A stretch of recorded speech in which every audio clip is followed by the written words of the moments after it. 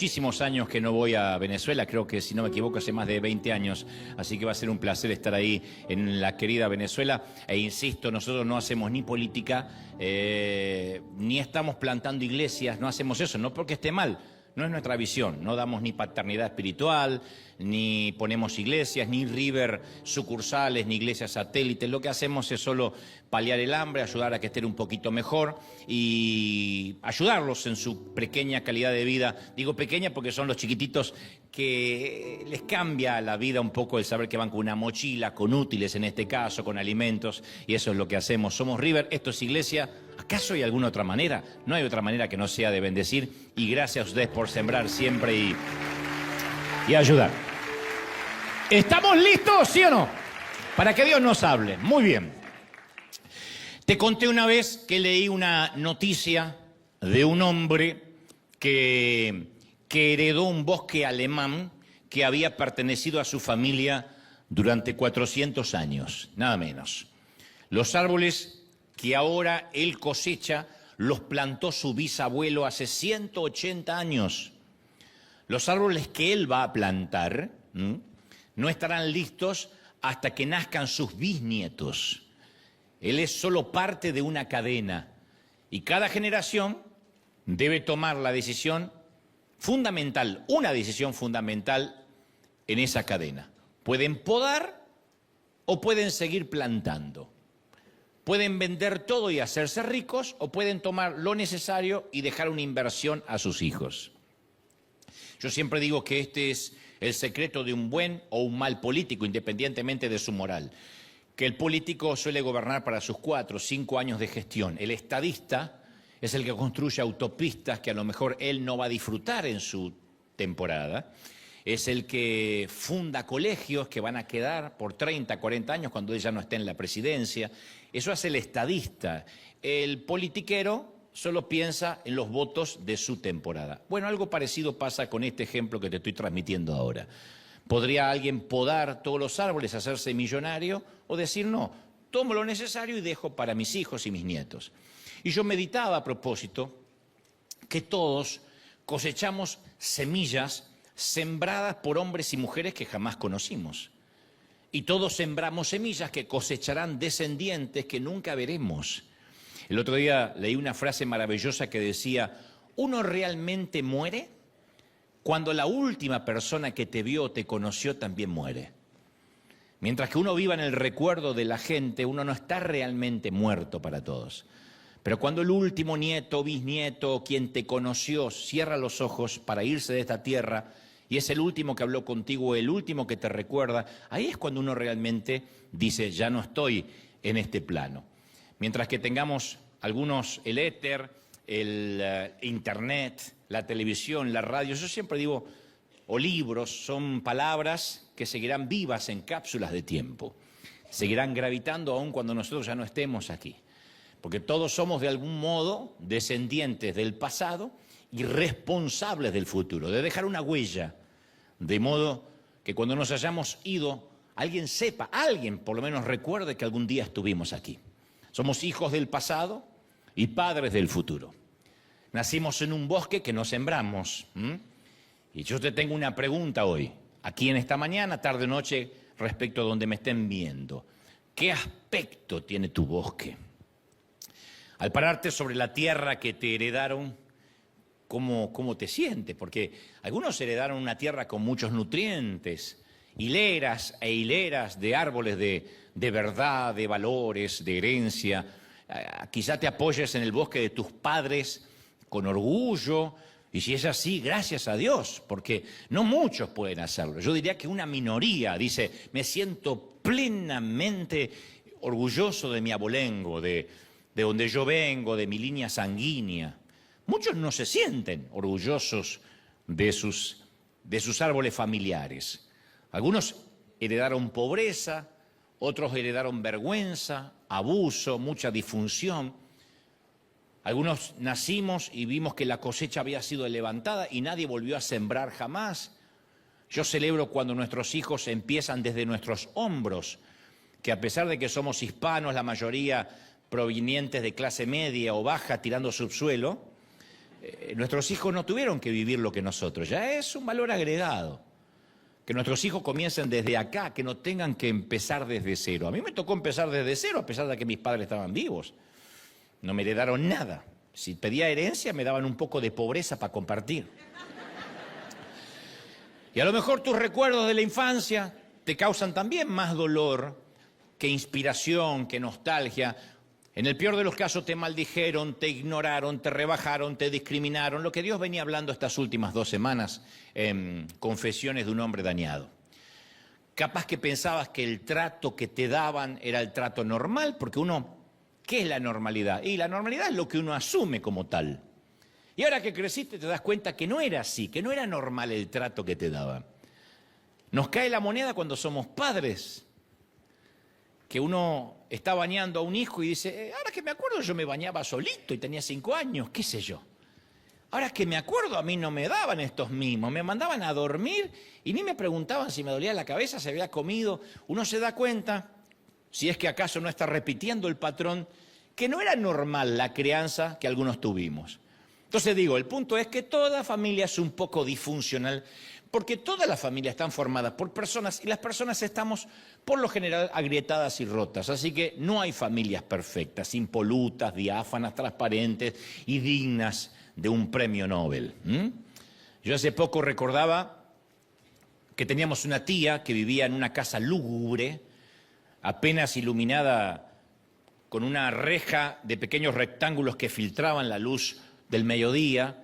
Había un tenebroso pasillo que conectaba una seguidilla de habitaciones y allá, justo frente al pequeño baño del fondo, había una habitación que siempre permanecía completa y absolutamente cerrada. Pero eso no era el misterio, sino que de su interior siempre se oían golpes, ruidos inquietantes. No estoy exagerando. Uno iba al baño y enfrente estaba esa puerta que hacía bum, bum, bum, bum. ¡Wow! ¡Bum, bum! ¡Ay! Yo batía el récord en orinar rápido e irme de ahí.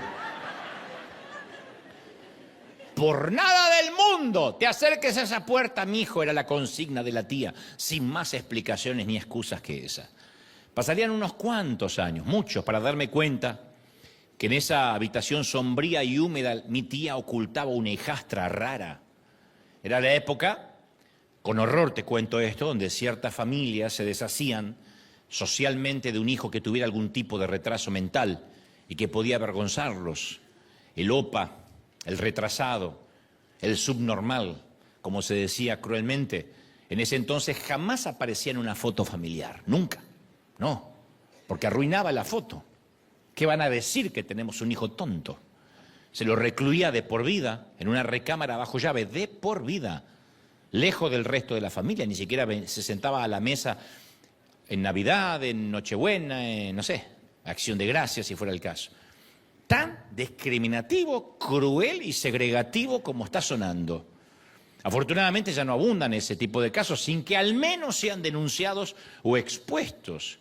Pero aún así la mayoría de las familias ocultamos nuestros secretos familiares. En el mejor de los casos no ocultamos a un miembro de la familia, pero sí hay temas que no se tocan.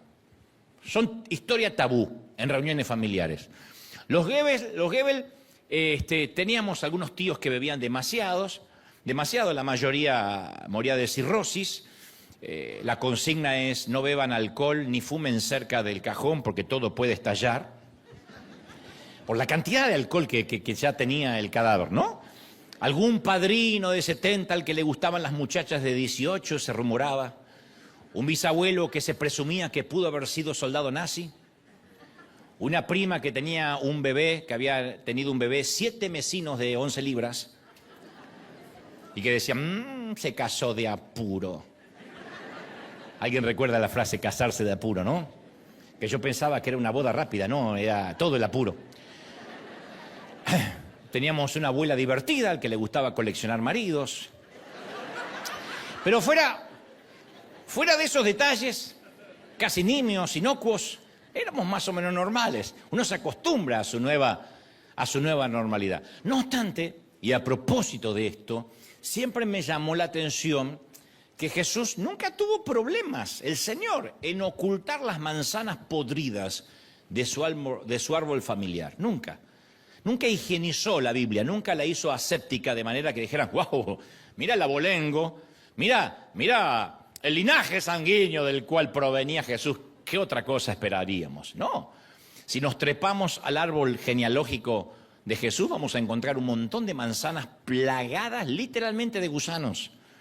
En la Biblia aparece, yo siempre recuerdo que aparece una plétora de sus parientes donde todos tienen un carácter al menos cuestionable. Caín tiene celos de Abel y lo mata, así empieza la historia. Un tal Lamec introduce la poligamia en el mundo.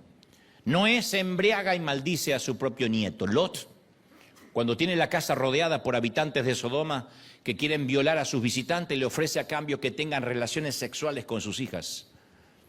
Abraham tiene favoritismos entre sus hijos Isaac e Ismael, quienes se convierten en enemigos, que devino en una hostilidad que aún perdura hasta la fecha entre judíos y musulmanes.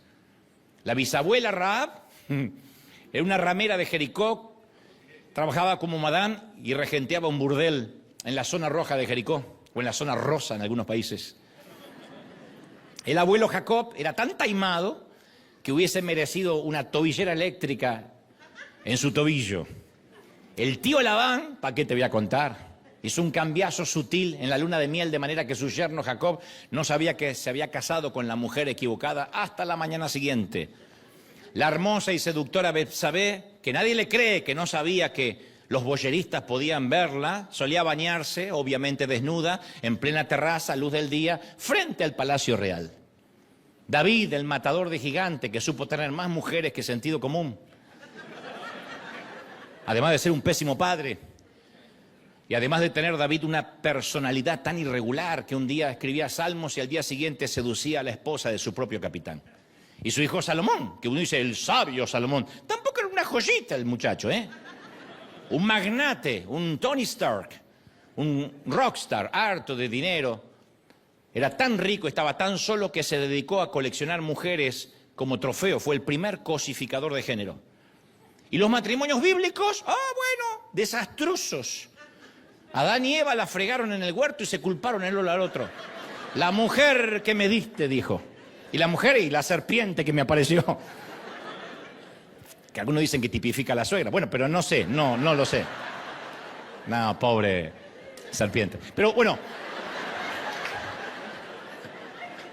Abraham mintió diciendo que su esposa era Sara, la hermana, y embarazó a la sirvienta Agar. Isaac y Rebeca se pasaron todo un matrimonio peleando porque él favorecía a Esaú y ella favorecía a Jacob. Todo lo que sabemos de la esposa de Moisés, Séfora, que para los que tienen menos Biblia que una mezquita no es una marca de cosméticos. Ya existía Séfora. Era la mujer de Moisés. Tuvieron una fuerte discusión y ella le dijo, ahora eres solo esposo de sangre. Era una manera de pedir el divorcio y nunca más se supo de ella. Cuando la vida de Job se puso difícil, su dulce mujer le dijo, maldice a tu Dios y muérete. Algunos creen que tienen una mujer difícil. Esa es una mujer difícil. Todas las familias bíblicas necesitaban terapia urgente. Una historia tras otra marcada por el escándalo, la intriga. Y vemos en la Biblia, en los antepasados de Jesús, estafadores, canallas, granujas, sinvergüenzas, bribones. Y en esas familias raras entra la nuestra.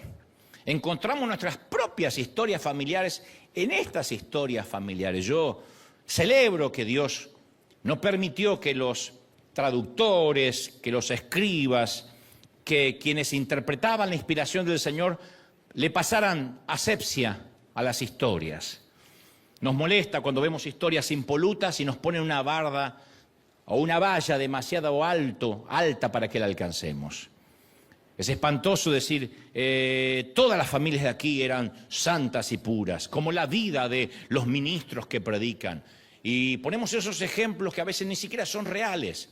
Lo que ocurre es que la gente dice, bueno, entonces yo soy el único fallado, o la única fallada, o el único que tiene una familia tan disfuncional. Y hoy quiero relatarte la historia de una familia muy trastornada, demasiado disfuncional hasta para mi gusto. Pero quiero hacerte una advertencia antes, una suerte de disclaimer. antes que te resuma 3 capítulos bíblicos llenos de drama. Es un thriller. Segunda de Samuel 13, segunda de Samuel 14, segunda de Samuel 15. Segunda de Samuel 13, 14 y 15 son textos impúdicos, escandalosos. Cualquier periodista de Chimento se haría un festín. Contiene detalles perturbadores, detalles desagradables. No estoy hablando de pelearse con un hermano, de bloquear a una suegra por WhatsApp. Estoy hablando de intrigas, de dramas repugnantes al estilo de Juego de Tronos o El color púrpura. Se trata de una historia demasiado desagradable y está allí. Son personajes reales, pero forman una caterva a gras. Aún así, si crees que puedes soportar lo que te voy a contar, entonces quédate conmigo mientras te doy una visión general de la vida dañada de David. Y voy a hacer lo posible para que mientras que transcurra el relato, mientras que yo pueda articularte el relato, puedas ver las imágenes en tu mente. Cada uno póngale el actor que quiera. Porque ayuda mucho decir, ok, en el papel de Goliat me lo imagino a Denzel Washington, en el papel de David, Richard Gere. Suena mucho, está bien que nos imaginemos y yo no quiero nunca poner fotografías ni por inteligencia artificial, porque induciría a cómo tendrías que ver a la persona. Así que lo que voy a hacer es relatarte la historia y cada uno le va poniendo los rostros que más bien le parece, el de un tío al que detesta, no sé, cada uno sabrá qué imágenes colocar para completar el cuadro. La primera imagen que se nos viene de esta serie, vemos a un David que parece más viejo de los 60 y tantos años que porta. Sus hombros caen, su cabeza pende, nunca lo hemos visto así. Arrastra los pies como un anciano y lucha por ubicar un pie delante del otro. Con frecuencia hace pausas en la caminata debido a que la colina es empinada, pero por sobre todo debido a que necesita llorar. Es la primera vez que el matagigantes llora delante de sus hombres más leales. Dicen que este es el sendero más largo que alguna vez él haya caminado. Más largo que el riachuelo donde recogió las piedras para derribar a Goliat cuando era un adolescente. Más largo que el tormentoso tránsito de fugitivo a rey. Curiosamente, David está ascendiendo muy trabajosamente a través del famoso Monte de los Olivos. Segunda de Samuel 15:30 lo describe así, dice David: subió al Monte de los Olivos llorando, con la cabeza cubierta y los pies descalzos. Y también todos los que lo acompañaban se cubrieron la cabeza y subieron llorando. Esta es la imagen de un monarca, un rey, que se supone tiene que cuidar su imagen por branding, por asesoría, que está llorando, no teme hacerlo de manera pública y todos quienes lo acompañan también lloran. ¿Qué ocurrió? Bueno, observemos cuidadosamente y encontraremos las causas de las lágrimas de David. En este momento no usa corona, dije tiene 60 y tantos años, no tiene hogar, camina descalzo. ¿Por qué camina descalzo?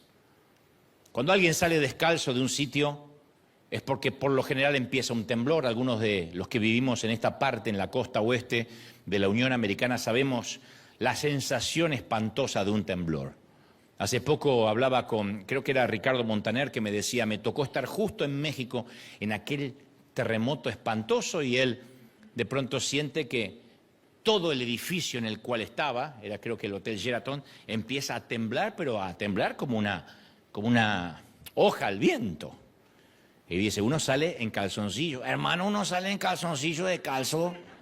Ahí no da para decir qué ropa me voy a poner para que me vean los fotógrafos abajo. Uno sale como está.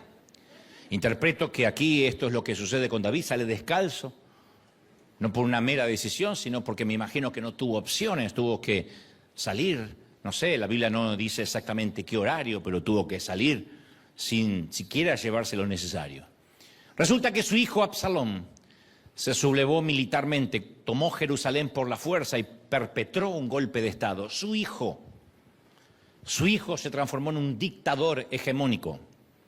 Su propio hijo, Absalón, En este momento que David sube el monte de los olivos, han transcurrido 14 años desde que David sedujo a Betsabé y 13 desde que el profeta Natán le dijera: por esto la espada jamás se apartará de tu familia. En otras palabras le dijo: la violencia será parte de la comidilla de tu clan.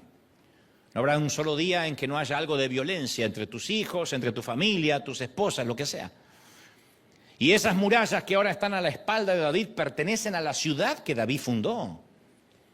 Este caballero, este rey, está huyendo de la capital que él mismo fundamentó. ¿Quién no lloraría en un momento como ese cuando tienes que abandonar lo que construiste? Sin trono, insisto, sin hogar, con Jerusalén detrás y el desierto delante. Insisto, para los que no conocen la historia, dice: ¿pero qué? Además de esto, de esta guerra interna con el hijo, ¿qué? ¿Perdió una guerra? Israel estaba devastado a causa de alguna epidemia, la hambruna agotó la fuerza. ¿Cómo un rey termina solitario en un sendero ascendente? Es el rey que enfrentaba todo tipo de imperios, sean filisteos, griegos, quienes sean. Lo que le está sucediendo al rey es un grave problema familiar. Fue como un efecto de una ficha de dominó que derrumbó todo su entorno y lo único que le queda ahora es escapar. David hizo cosas muy buenas, ¿eh? Si uno dice una cosa, tiene que decir la otra. Y por lo general predicamos acerca de las cosas buenas que hizo David.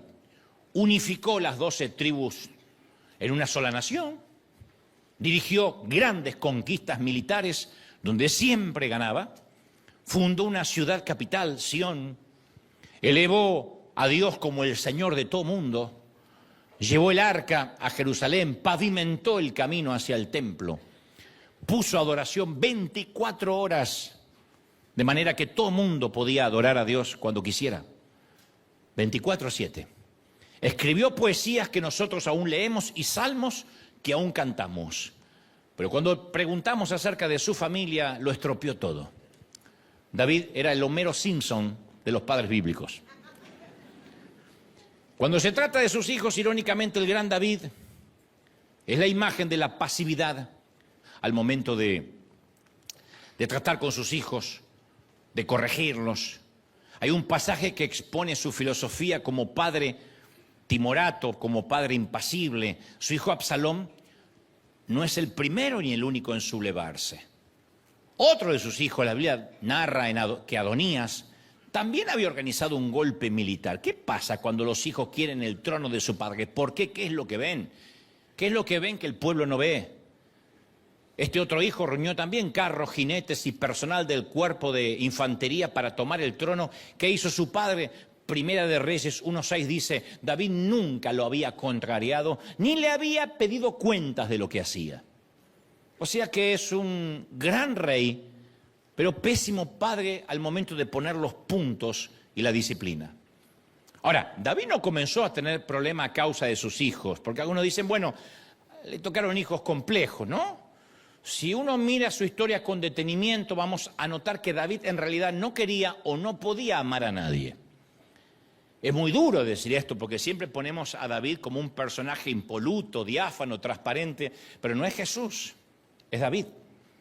Si vamos a 2 de Samuel 3, uno cree que en primera instancia lo que lee es una aburrida genealogía, pero si uno lee finito, lo que dice ahí es una serie de alertas rojas, de señales de alerta. La Biblia dice: mientras estuvo David en Hebrón, tuvo los siguientes hijos. Y parece una aburrida genealogía. Dice: su primogénito fue Amnón, hijo de Ahinoam. Esta es la mamá, la jezreelita. El segundo es Kileab, hijo de Abigail, viuda de Nabal de Carmel. El tercero, Absalón, hijo de la princesa Macá, la hija del rey Talmai de Jesur. El cuarto, Adonías, hijo de Jaquit. El quinto, Sefatías, hijo de Abital. El sexto, Iterán, hijo de Eglá, que era otra esposa de David. Estos son los hijos, dice la Biblia, que le nacieron a David mientras estuvo en Hebrón. O sea que el tipo no se aburrió. Ahí nomás yo conté 6 esposas, por si perdieron la cuenta, 6. Si le agregamos a esa lista a Mical, su primera mujer, la que recibió a cambio por matar a Goliat, la hija de Saúl, y Betsabé, a la que codició en la terraza contigua, la más famosa acaso, David tuvo 8 esposas. Una para cada día de la semana y todavía le viene sobrando una. Pero la cosa se pone más espesa cuando descubrimos un pasaje enterrado en la Biblia familiar de David. Luego de hacer una lista de los nombres de sus hijos, el genealogista agrega en Primera de Crónicas 3:9, todos estos fueron hijos de David, sin contar los hijos que tuvo con sus concubinas. O sea, David es padre de otros niños, de otras madres, y no tenemos registro de cuántas. Seducir a Betsabé es totalmente inexcusable, claro, pero en el fondo, y fungiendo un momento como abogado del diablo, fue un acto de pasión, ¿no? De calenturiento descontrolado. Matar a su esposo, Urías, fue despiadado, un acto maquiavélico, fríamente calculado, pero es un corazón estratega y desesperado.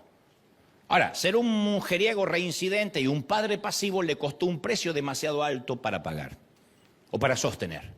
David coleccionó mujeres como trofeos. Vio en las esposas un medio para su placer. En resumen, David puede ser grande y bueno como rey de Israel. Eso no está en debate hoy, pero es un jefe de familia desastroso. David tiene sus propias heridas sin sanar, como todos, como el Señor nos habló en las semanas anteriores. Y en su caso, las heridas se convierten en una maldición generacional en lugar de una bendición generacional. Y le hereda su daño a la siguiente generación. David, aquel hombre que Dios dijo su nombre conforme a mi corazón. Por eso no estoy haciendo un juicio de valores de él. De hecho, no se le decía a Jesús hijo de Moisés, se le decía hijo de David. El rey que hasta el día de hoy en Israel recuerdan, el gran monarca por excelencia. No obstante, eso no quita que estuviese dañado. Ahora, yo te quiero contar finalmente por qué esta serie comenzó con David subiendo descalzo por el Monte de los Olivos, huyendo de su propia ciudad. ¿Por qué no pelea? ¿Por qué no enfrenta? Bueno, resulta que hace unos meses atrás, si hacemos un flashback, como hacen en todas las series en Netflix, uno de los hijos del rey, el mayor Amnón, codicia sexualmente a otra de las hijas del mismo rey, o sea, a su media hermana, Tamar, que tan solo tiene 15 años. Mismo papá, diferente mamá. Es una niña, tiene 15. De manera que elabora Amnón y ejecuta un plan para violarla. Finge estar enfermo, le pide a su padre que le envíe a Tamar una vianda con comida. No me envía a los sirvientes, ni tampoco a ninguno de los cocineros. Tengo más conexión con mi hermana. Supongo que David en su ingenuidad dice, ok, no me lo digas a mí, son detalles inocuos. Yo vuelo por encima de ese radar, que te dé la comida quien quiera. Cuando ella llega, Tamar, él despide a los sirvientes, cierra la puerta con llave y literalmente la viola. Luego del ultraje, se deshizo de ella como una muñeca rota. Él había deshonrado a Amnón, a una princesa virgen, y le destruyó la vida. Tamar comprensiblemente quedó desconsolada. Derramó cenizas sobre su cabeza, desgarró las ropas de colores que las hijas vírgenes del rey usaban. Tamar no solo es violada sexualmente, por atroz que eso sea, sino que también es humillada y ahora rechazada socialmente. Su vida ahora tiene un parteaguas, su vida nunca será como ella la concebía. Tamar ahora es considerada mercancía dañada. La Biblia nos narra que desolada, Tamar se quedó a vivir en la casa de su hermano Absalón. Eso era su hermano directo. Eran hijos de la misma mamá y obviamente del mismo papá. Y el siguiente versículo nos señala la respuesta de David, cuando se entera. Acaban de violar a su niña de 15. El rey David, al enterarse de todo esto, lo que había pasado, se enfureció mucho. Hay una versión que dice montó en cólera. Busqué todas las versiones. Montó en cólera, se enfureció, se airó. No hay más que eso. Eso fue todo. Se enfureció. Se enojó. No sé, quizá estrelló una copa de vino contra el espejo. Vociferó un par de insultos, un par de improperios. golpeó su puño contra la mesa o tiró el plato de comida al suelo. Dijo, estoy harto de esta familia. Es todo. La ira a veces puede ser un buen punto de partida si el final conduce a la justicia. La ira en sí misma no resuelve nada. Pero las Escrituras dicen que David solo se enfadó. Ojalá la Biblia nos ofreciera un versículo más extenso. Los que somos padres queremos eso. Al menos queremos, no sé, algunos verbos más, algún detalle. Quizá algo como, ¿qué tal? Como se enfureció. Luego confrontó al violador y le dio un castigo ejemplar. Porque él era David, caramba. Pero no encontraremos nada de eso. No hay sermón, no hay castigo, no hay encarcelamiento, no hay ni siquiera un regaño severo. David no le hace nada a Amnón. ¿De verdad? Y aún peor, no hace nada por Tamar. Ella necesitaba ahora más que nunca la protección de su papá, su afirmación, su aprobación, su contención, terapia, no sé. Necesitaba un papá que la defendiera, pero la defendiera ferozmente. Y lo que obtuvo fue silencio. Ahora, detengámonos aquí y vamos a asimilar esto juntos. Porque yo lo que trato de hacer con la Biblia es no llenarla de palabras inocuas, grandilocuentes, porque uno pierde la crudeza de lo que la Biblia quiere mostrarnos. Sí, está bien, era una época y una cultura diferente, ok. Pero de verdad, yo tengo una hija. Si algo de esto sucediera, yo buscaría al tipo para una buena imposición de manos, y no estoy hablando de orar. Yo creo en la resolución de conflictos de calma, serenos, de manera pragmática, pero cuando se trata de nuestros hijos no podemos prometer nada, no podemos prometer calma. La pobre Tamar no puede permitirse el lujo de seguir adelante, se refugia en la casa de su hermano directo, Absalón. Absalón es otro personaje en esta gran serie. Pueden imaginarse al actor que quieran. Robert Downey Jr. sería uno, no sé, alguien que pueda tipificar a Absalón. Pechito de paloma, galán. Segunda de Samuel 14:25 describe su singular apariencia. Dice, desde su cabeza a sus pies no había en él defecto alguno. ¡Wow! De hecho, ciertos teólogos afirman que pudo haber sido el primer antepasado de los argentinos.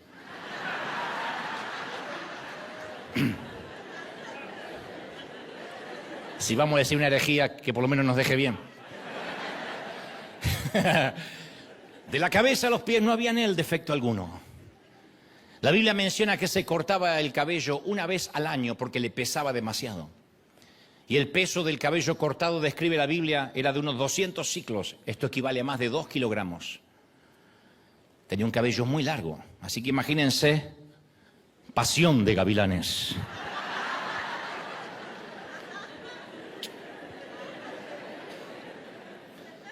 Bueno, este Absalón recibe a su hermana ultrajada, llena de vergüenza, se llena de cólera. Pero especialmente se llena de cólera cuando ve que su padre, el rey, quien tiene el poder supremo para proteger y vengar, no le hará justicia a Tamar, su hermana, juzgando y liquidando a su hermano, el violador. Eso ocurre dentro de las paredes del palacio. No fue una noche en que ella salió, regresó tarde y un par de bribones cambiaron su vida. Fue su hermano. Dirían algunos, la agarró en curva o con las defensas bajas. Entonces Absalón espera en silencio que su padre haga justicia paterna. Pero siguió pasando el tiempo y el rey no hacía nada. Estaría demasiado ocupado, tal vez, gestionando la nación. No es un tema menor. Absalón espera 1 año y su padre sigue sin hacer nada. No habla, no toca el tema. Esto no ocurrió. Hagamos de cuenta que no pasó. Así que un día Absalón decide hacer justicia por mano propia. Absalón trama un plan para matar a Amnón, el violador. Le dice, Tamar, déjalo por mi cuenta.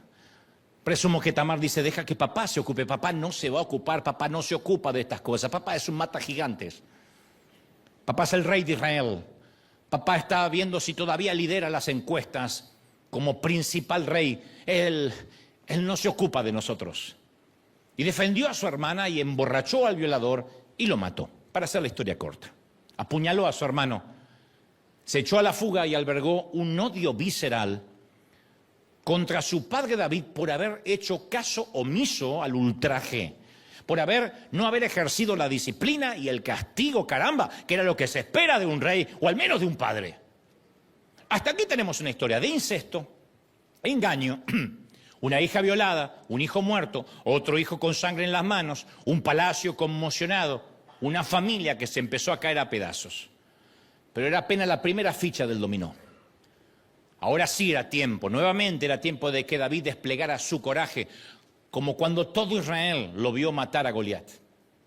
Ahora es cuando la familia de David necesitaba ver su mejor versión.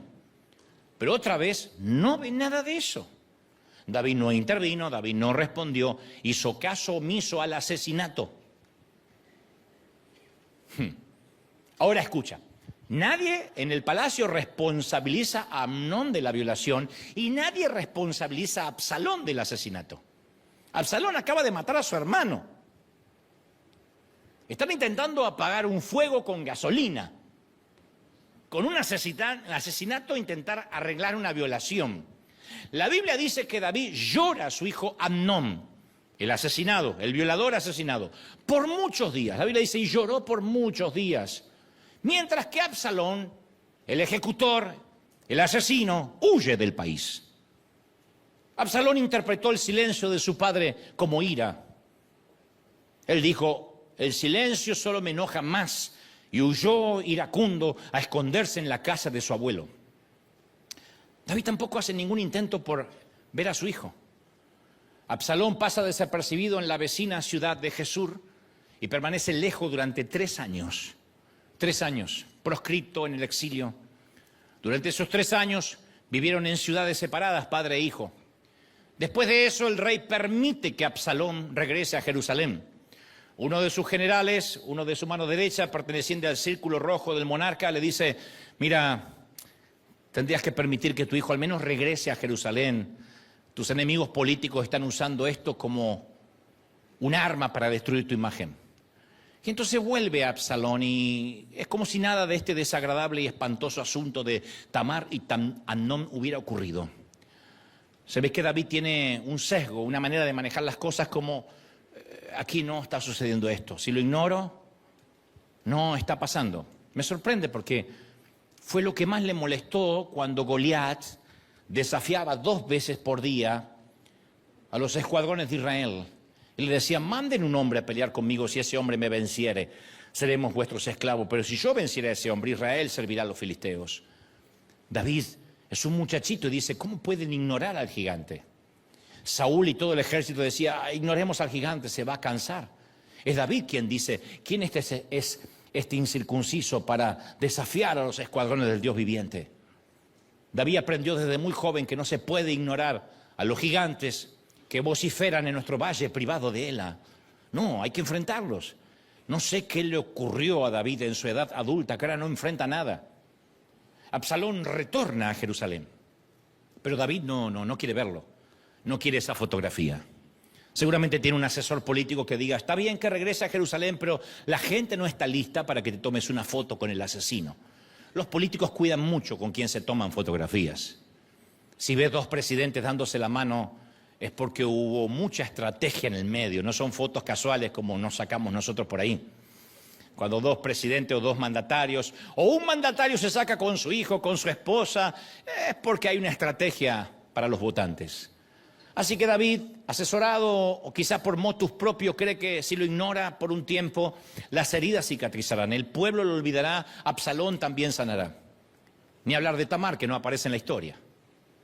Y segundo libro de Samuel 14:26 dice, Absalón vivió entonces en Jerusalén durante 2 años, pero esta vez sin presentarse ante el rey. Ese rechazo no pudo haber sido fácil, ¿eh? Jerusalén era una ciudad pequeña. Evitar a Absalón demandaba un esfuerzo diario de confabulación, de espionaje. David lo logró. No voy a verlo a este tipo. Lo bloqueó del WhatsApp. Sé que esta historia parece extraída de la ficción, es real, pero te aseguro que muchas familias de hoy permiten que el efecto dominó de la ficha de la disfunción nos siga dividiendo a través de los años. ¿Cuántos de nosotros hemos oído la frase ya más o menos para esta fecha? Este año hay que cuidarnos con quien nos juntamos en Navidad. Yo no quiero otras fiestas como el año pasado, como la del anterior, porque si hay problemas como el fin del año pasado o en la Navidad, vamos a terminar todos ofendidos. Yo ya no me quiero juntar. Y uno dice, ¿cómo llegaron a eso? Familias que se lanzan dardos afilados, palabras hirientes. Estoy hablando en la mesa, sin tener que pelear, sentados a la mesa. Ironías solapadas, bromas pesadas, de mal gusto, burlas, pase de facturas viejas, resentimientos antiguos. Así era mi familia. Los Goebbels nos juntábamos y todos éramos muy irónicos. Entonces era, ¿te acordaste de venir? Sí, y traje una ensalada. Una ensalada. Bueno, gastó.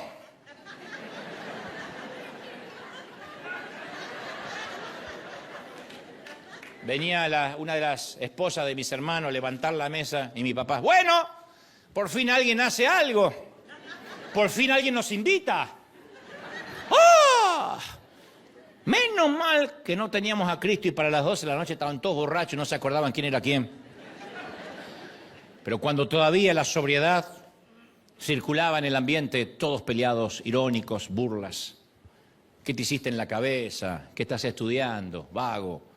Y a veces se ponían pesadas las pláticas. Mis padres no intervenían.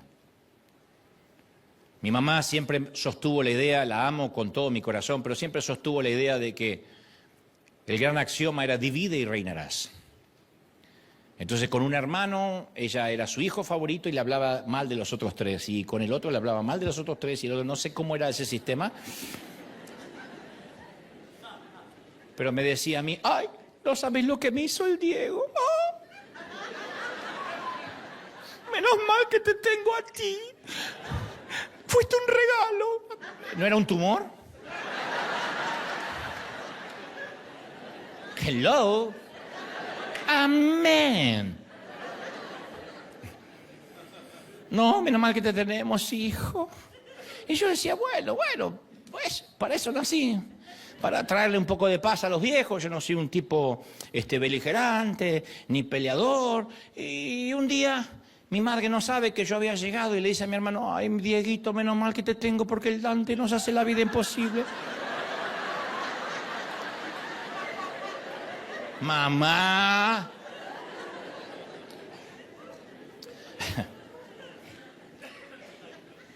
Sabíamos que había problemas, sabíamos que había dolor.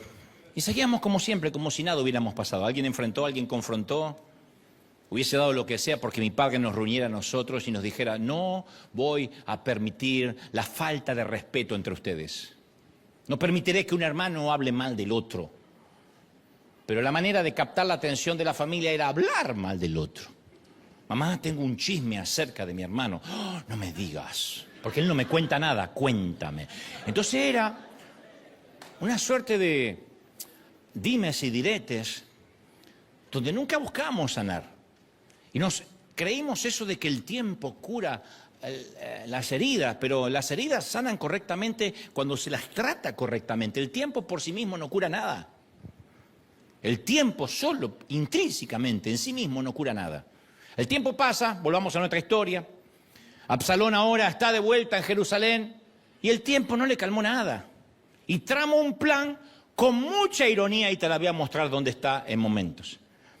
Las semillas del rencor en Absalón, que ahora está en Jerusalén y su padre ni siquiera lo ve, como si él fuera el violador. Ok, es un asesino, pero al cabo hizo justicia. Y ese rencor había extendido raíces profundas en el muchacho. Así que Absalón decide derrocar a su padre.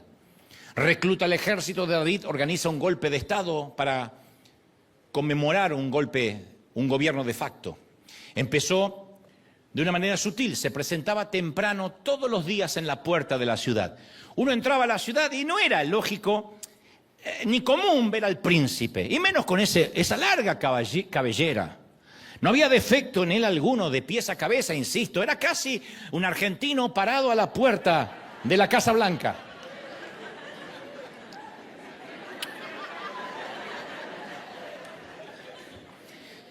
Y donde la gente venía a pedirle, acudía al rey para justicia, para que lo ayudes con las cosechas, para que, no sé, baje los impuestos.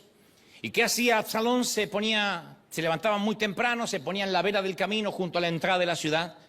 No exagero, no estoy agregando detalles. Segundo libro de Samuel 15:2 dice que el modus operandi de Absalón era que cuando pasaba alguien que iba a ver al rey para resolver un pleito, Absalón lo llamaba y le decía: hey, ¿de qué pueblo tú vienes? Oh, señor, príncipe, no, te inclines ante mí. Al cabo soy igual que tú. Le decían a Absalón de qué tribu israelita venían y Absalón les decía: tu demanda es muy justa, pero sabes, el rey no te va a escuchar. No, conozco a mi padre. No es lo que piensas. No es lo que se ve en Instagram. Y luego añadía: ojalá me pusieran por juez, no digo rey, por juez en esta ciudad. Todo el que tuviera algún pleito o una demanda vendría a mí y yo le haría justicia. ¿Sí? Oh, sí, yo escucharía al pueblo. Además de esto, dice la Biblia que si alguien se acercaba para postrarse ante él, decía: no, levántate. Y lo saludaba con un beso. El príncipe besando un cortesano, imagínate. Eso hacía Absalón todos los días con todos los israelitas que iban a ver al rey para que les resolviera cualquier asunto. Y así, dice la Biblia, fue ganándose el corazón del pueblo. Fue el primer estratega político de la historia. Agarraba un bebé lleno de moco y decía: saca la foto. Ok. El primero. ¿Ves la ironía? El hermano asesino se gana el corazón del pueblo prometiendo lo que David no ha cumplido en su caso: justicia. Su padre no hizo justicia con él. Él debería estar en la cárcel por asesino mínimo. Y ahora él promete hacer justicia. Y con la fuerza de esas promesas, con esa campaña política solapada, el hijo levanta una rebelión contra el reinado de su padre. Al final, Absalón reúne un gran ejército con gente de todas las tribus de Israel y regresan a apoderarse del trono. Absalón es el hombre. Absalón es el cambio. Absalón es la nueva generación. Absalón es lo que necesita Israel. Necesitamos un hombre con ese estirpe, ese estilo, esa belleza y esa gestión. Cuando David se entera de todo, decide que su única medida es evitar una guerra civil. Él no va a enfrentar a su hijo. Lógico. No enfrentó a un violador. No sostuvo a la violada. No persiguió al asesino. Ahora va a pelear con el hijo. Él no va a hacer eso. Así que abandona la ciudad. Sus propios oficiales le dicen al rey que no salga a la guerra contra su hijo. Le dicen: Absalón te quiere a ti y tú vales más que 10.000 de nosotros. Nosotros recuperaremos el trono, tú no pelees. Es un buen consejo porque David no quiere enfrentar a su hijo. David piensa que las cosas van a encajar solas, así como un Tetris. Capaz que el pueblo se vuelva contra su hijo, con el asesino de su hermano y el usurpador del trono. Pero él piensa que si decide enfrentar a Absalón, toda la nación estará en guerra contra sí misma. Pregúntenle a David cómo enfrentar un ejército filisteo, aún un ejército más grande que el de Israel. Pero él no sabe enfrentar una guerra interna. Está lleno de personas que enfrentan legiones de demonios, pero no pueden enfrentar una guerra personal. Es por eso que ahora huye descalzo por el Monte de los Olivos, como lo vimos en la primera imagen, porque está evitando una guerra civil innecesaria. Pregunta, a esta hora de la serie tenemos que hacernos la pregunta: ¿quién es el culpable de todo este desorden, de todo este caos? Definitivamente vayamos descartando, no es Tamar. La única persona en esta sórdida telenovela que es una víctima. No fue su culpa. No fue su culpa, Tamar, no fue tu culpa. Tenías 15 años. No fue tu culpa, no lo fue. Tú no causaste el daño. Porque hay un montón de muchachas y muchachos que dicen: si yo no fuera porque estuve en esa familia y cometí ese error, no hubiese ocurrido el divorcio y la disolución y que mis hermanos no se hablen. No, fue tu culpa, Tamar, quien seas, Tamar. quien seas que representes a Tamar, no fue tu culpa. Amnón es un buen candidato para cargar a priori con la culpa. Ergo violó a su hermana. Es una canallada propia de la edad oscura. Pero al fin y al cabo, la lujuria de Amnón también es una secuela del daño y la lujuria de David. Los defectos de los hijos son el efecto heredado del daño del padre. Siempre hablamos de eso. Nunca sabremos qué traumas arrastraba el rey David consigo y que logró convertirlo en ese padre tan pasivo, tan abúlico, que a veces se exaspera. Ojo, estoy especulando un poco, es una licencia que me tomo. Quizá pudo haber sido que David nunca se sanó de aquella vez que su propio padre no se molestó en invitarlo a conocer al profeta Samuel. ¿Recuerdan la historia? Todos los hijos de Isaí parados ante el Samuel pensando que podrían ser el candidato para el reino, y David ni siquiera es invitado. Y cuando Samuel dice, no, ¿tienes un hijo más? Ah, sí, tengo al muchacho, al renacuajo, al bueno para nada, el que cuida ovejas. No sé si ese va a servir. ¿Se sanó David de eso? Es un golpe. O se me ocurre que tal vez no, David no podía procesar el abuso del rey Saúl. Su jefe, su rey, que le decía, toca música para mí. Y luego se ponía loco y le arrojaba lanzazos para matarlo. Hay de la gente que no puede procesar que alguien a quien uno respetó y amó tanto de pronto te quiso dañar. Decimos, era el hombre que yo confiaba. Era el líder al que yo había depositado toda mi confianza y un día me dañó, habló mal de mí, me dijo que me quitaba la cobertura, que ahora estaba en manos de Satanás. Hay gente muy dolida en nuestras congregaciones que viene de esquivar lanzazos de un líder turulato. O quizá el punto débil de David era su ego. Y a menudo recordaba cuando toda la nación celebraba sus victorias contra los enemigos de Israel. Y también en un punto se sentía un rockstar, por encima de las reglas de los demás humanos. Aprendimos que elevación no equivale a sanación.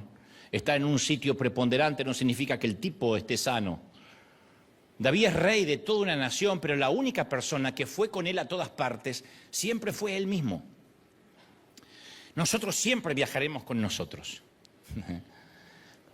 A mí me da gracia cuando un pastor me dice, yo ya no estoy más en San Diego, ahora me puse una iglesia en Houston porque en San Diego la gente es muy dura y la iglesia no crece. Oiga, tu falta de llamado y tu falta de trabajo y de ética de trabajo va a viajar contigo a Houston y a donde vayas. Vas a fundar una iglesia en Suiza y vas a encontrar a la misma gente. Viaja contigo, a donde vayas. Llevamos a nuestro verdadero yo a donde quiera que vayamos. Y el daño de David sin sanar le está costando su reino. Así que David como rey sin duda toma medidas extraordinarias para mostrar la bondad. Es el mismo rey que dice, ¿habrá quedado alguno de la familia de Saúl a quien yo pueda mostrar benevolencia? Y manda a traer un lisiado de una cueva para que se siente a su mesa. No estamos dudando de su bondad, de su pragmatismo, de su gestión, de su equidad y de su justicia inequívoca. Pero cuando se trata de su propia hija, no dice una palabra. De verdad, David, su daño es un obstáculo para su paternidad y ahora le está costando también su reinado. Toda esta tragedia y este dolor pudo haberse evitado si su padre hubiese aplicado corrección y disciplina a Amnón. Es una hipótesis. ¿Y Tamar, la niña? ¿Cómo se habrá sentido la niña de papi al ver que ese papi nunca hizo nada para defender su honor? ¿Lo siguió respetando? Dicen que para una niña la figura paterna es su primer amor en el mejor sentido y más sano de la palabra. Es su primer figura de hombre. Buscará tener novios o relaciones con el sexo opuesto conforme al hombre, al primer hombre que vio en su hogar. No querrá nunca menos que eso. Imagínate cuando la imagen paterna falla, cuando el padre es ausente, cuando se siente una huérfana emocional o lo que es peor, su padre solo se enfadó por la violación, conociendo al que la perpetró. Su vida, la vida de Tamar, hubiese sido diferente si su padre hubiese castigado al violador. ¡Sin duda! ¿De qué manera las tragedias familiares de David se pudieron haber evitado si hubiese honrado a sus hijos aplicando disciplina? Esto era lo que tenía que aplicar, disciplina, no ser amigo de sus hijos. Disciplina. En resumen, al negarse a corregir a uno de sus hijos, deshonró a todos sus hijos. Una vez un pastor me dijo, no es problema que en la congregación aparezca alguien que haga un desastre, porque es un hospital. Se supone que atraemos los pecadores. El problema es lo que el líder hará cuando se entere de eso. La gente no tiene problemas con que aparezcan corruptos en los gobiernos. El problema es cuando el presidente hace la vista gorda con los corruptos. Esto es igual. No deshonra a un ciudadano, deshonra a todos. Y David, al no corregir a uno, deshonró a todos sus hijos. Y obviamente deshonró a Dios. Y me ha tocado conocer a muchos padres que son lerdos para corregir a sus hijos porque no quieren perder la paz en el hogar. Yo vengo cansado de trabajar y lo que menos quiero hasta ahora es pelear. Paz, paz. Eso no es paz, hombre. Eso es meter todo debajo del tapete, debajo de la alfombra. Conozco a decenas de familias que lo ocultan todo. Jamás se habla de nada profundo. Son expertos en fingimiento. Hay familias que dicen, nosotros somos muy unidos. No, son muy fingidos. Porque si todos nos proponemos fingir, todos vamos a estar unidos.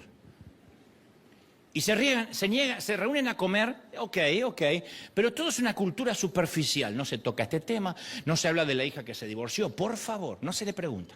Sí, pero no va a venir el marido, pero no pregunte. No, eso no le gusta a ella. Y al hijo vago, el que no trabaja, no, tampoco digan nada de él. Pobrecito, tiene problemas. Tiene 42 años y no encuentra el trabajo que le gusta. Tampoco se debate sobre la manipulación del hijo mayor, porque él es el mayor y hay que entenderlo. Y está prohibido hablar del vicio del menor, no toquen ese tema. Entonces viven en una cultura de no toquemos temas incómodos porque somos cristianos. ¿De verdad? ¿Qué tiene que ver? No toquemos temas incómodos porque acá adoramos al Señor. Y si adoramos al Señor, hay una cosa que al Señor lo exaspera y es la hipocresía. No tiene problema ni con la prostituta, ni con el cobrador de impuestos, ni con el ladrón. Él tiene problemas con los hipócritas. No veremos nunca a Jesús montar en cólera contra una prostituta. ¡Loca! ¡Mantén tu calzón arriba! ¡Nunca! Ni siquiera con la mujer samaritana.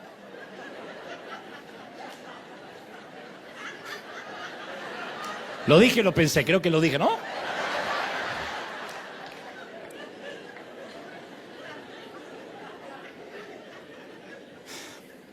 La mujer samaritana, 5 maridos has tenido, el que tiene no es tu marido, pero yo te daré agua donde no tendrás sed. Lo que estás buscando, muchacha, es llenar tu tanque emocional y ya no tendrás sed. No la juzga. Pero párale un hipócrita, un experto en fingimiento y verás a un señor dando vuelta a la mesa de los cambistas y de los hipócritas y de los religiosos. Pero decimos, bueno, reunámonos en Navidad y simulemos que todo está bien. Esos hijos a los que nunca se les incomoda o se los corrige, bueno, esos hijos terminan sintiendo desprecio hacia los padres. No van a decir, qué papá genial, nunca me decía nada. Esto es tan irónico como trágico.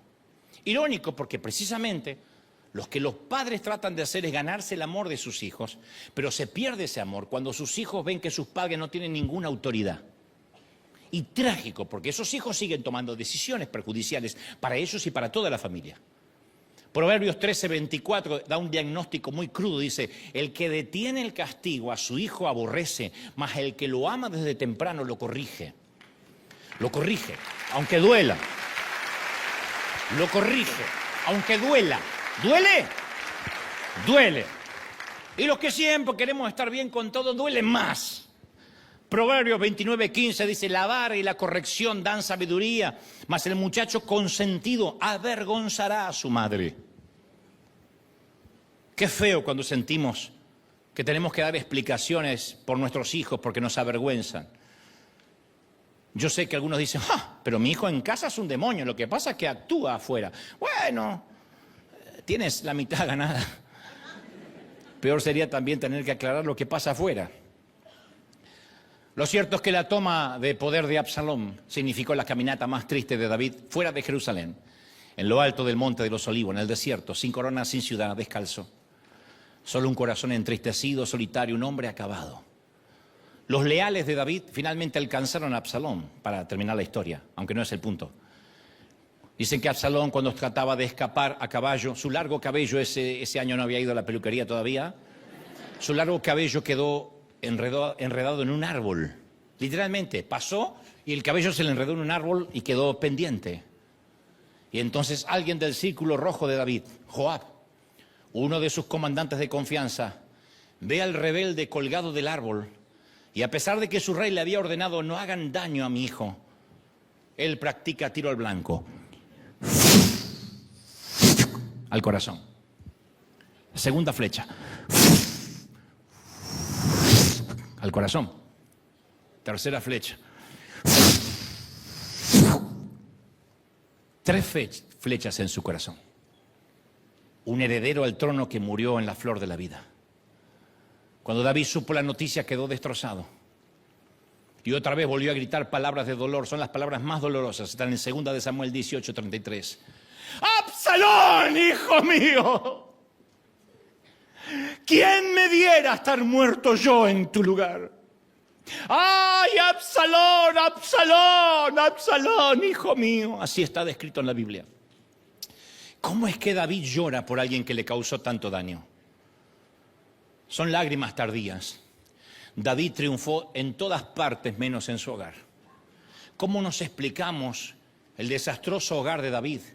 ¿Cómo nos explicamos su silencio continuo hacia sus hijos? No hay salmos escritos sobre sus hijos.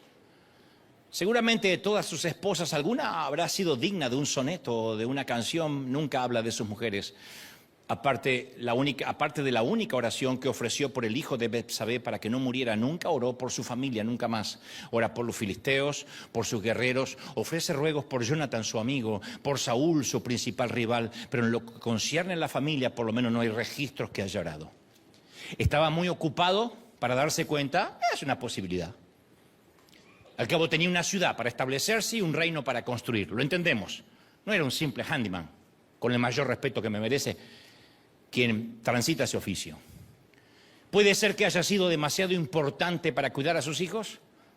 Tal vez era de los que dice, ok, dejo que las mujeres críen a los niños y yo conduciré la nación.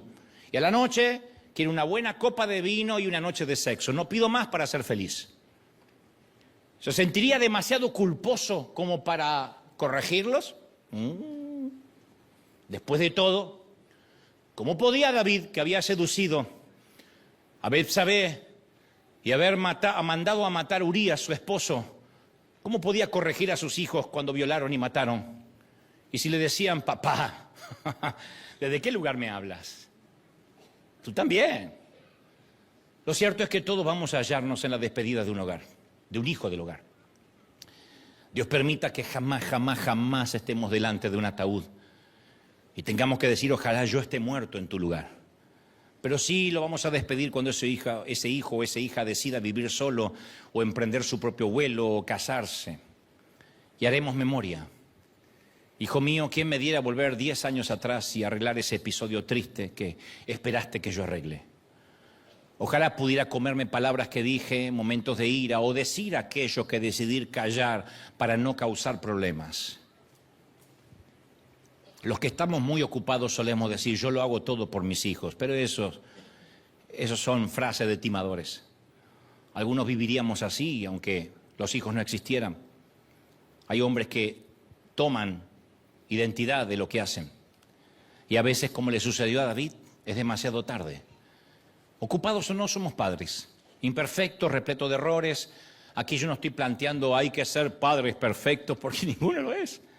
Somos familias disfuncionales, pero sí tenemos que amar a quienes llevan nuestro apellido. Este mismo sitio, esta mañana y esta tarde o noche en casa, está repleto de silenciosos héroes que salpican el paisaje de nuestra sociedad.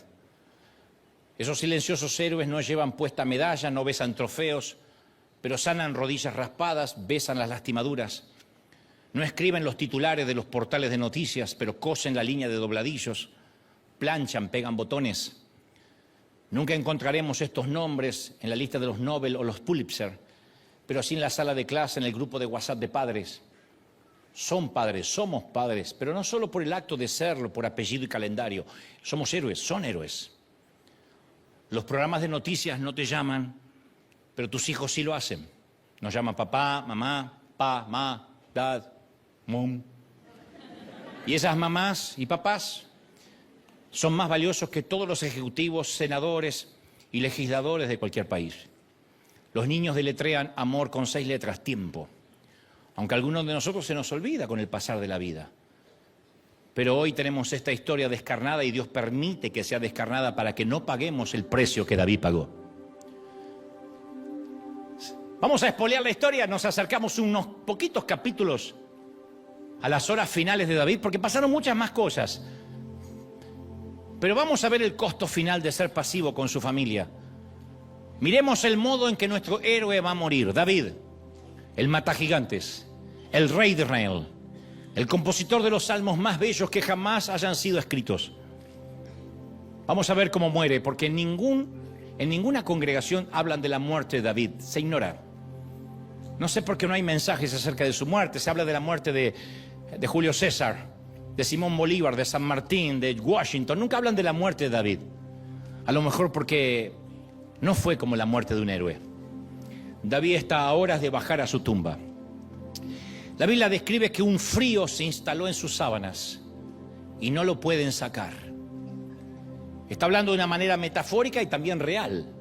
El rey no podía mantener su calor corporal, por lo que sus amigos, sus asesores, los amigos del campeón, sugirieron buscar a una joven soltera para que durmiera con él para darle calor.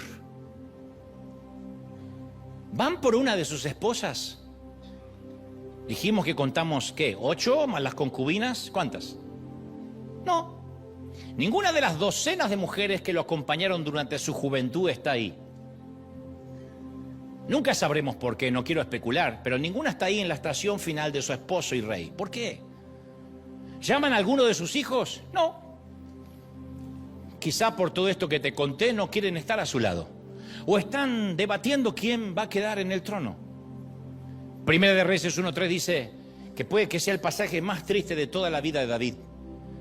Fueron por todo Israel en busca de una muchacha hermosa que se dedicó a cuidar y servir al rey, aunque el rey nunca tuvo relaciones sexuales con ella. La muchacha dijo, ¿qué es lo que tengo que hacer? No sé, hazlo feliz. Haz lo que tú sabes. Saca a tu mujer de dentro y haz que el rey muera con una sonrisa y un frío que no se le va, un temblor. El temblor no era por falta de sexo, el temblor no era porque quería tener una noche de lujuria. El temblor era porque sospecho que David hubiera canjeado todas sus conquistadas coronas por los cariñosos brazos de una mujer que lo amara por lo que él era, aun con sus errores, con su fallida humanidad. Hijos que dijeran, papá, no fuiste el mejor, pero ahí estuviste, con tus errores, nunca te fuiste, ahí estabas con nosotros, pero fue demasiado tarde. Murió en los brazos de una extraña, casi no sabemos el nombre, solo la ciudad de la cual provenía. Pero si Dios hoy no trae este mensaje es porque aún no es tarde para nosotros, si no Dios no habla esto. Nadie vive y muere para sí mismo, nadie. ¿Acumulamos capital de bendición o acumulamos capital de iniquidad? Las generaciones están conectadas a través de nosotros. Un día, en 100 años, nadie sabrá que estamos aquí, pero nuestros hijos y nietos sabrán que habremos existido. Y cada vez que corremos es una vuelta menos que les tocará dar a nuestros hijos. Darán otras, pero no las mismas. Entonces el mensaje hoy es, salvemos a nuestros hijos, salvemos a la profecía. Salvemos el futuro. Agradezcamos a Dios que Él siempre puede sacar buenos frutos de familias muy poco normales como las nuestras, y aún Él sí puede sacar frutos, buenos resultados, buen futuro y bendecirnos. Y si dices, sabes, ahora que lo mencionas, yo soy peor o igual que David, eso es bueno.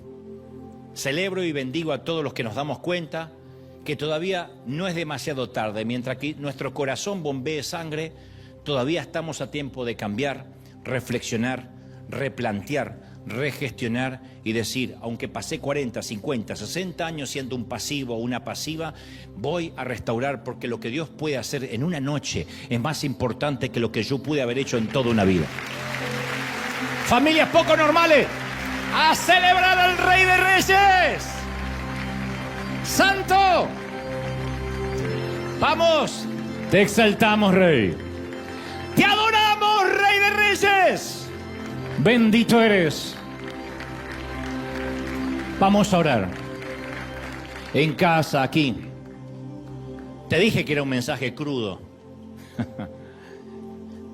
No son de esos versiculitos que uno lanza y repite conmigo y confiesa y proclama y empodérate. La Biblia está ahí para confrontarnos. Y cada historia sórdida que aparece es para enseñarnos algo, para que no pasemos por lo mismo. No tenemos que replicar todo.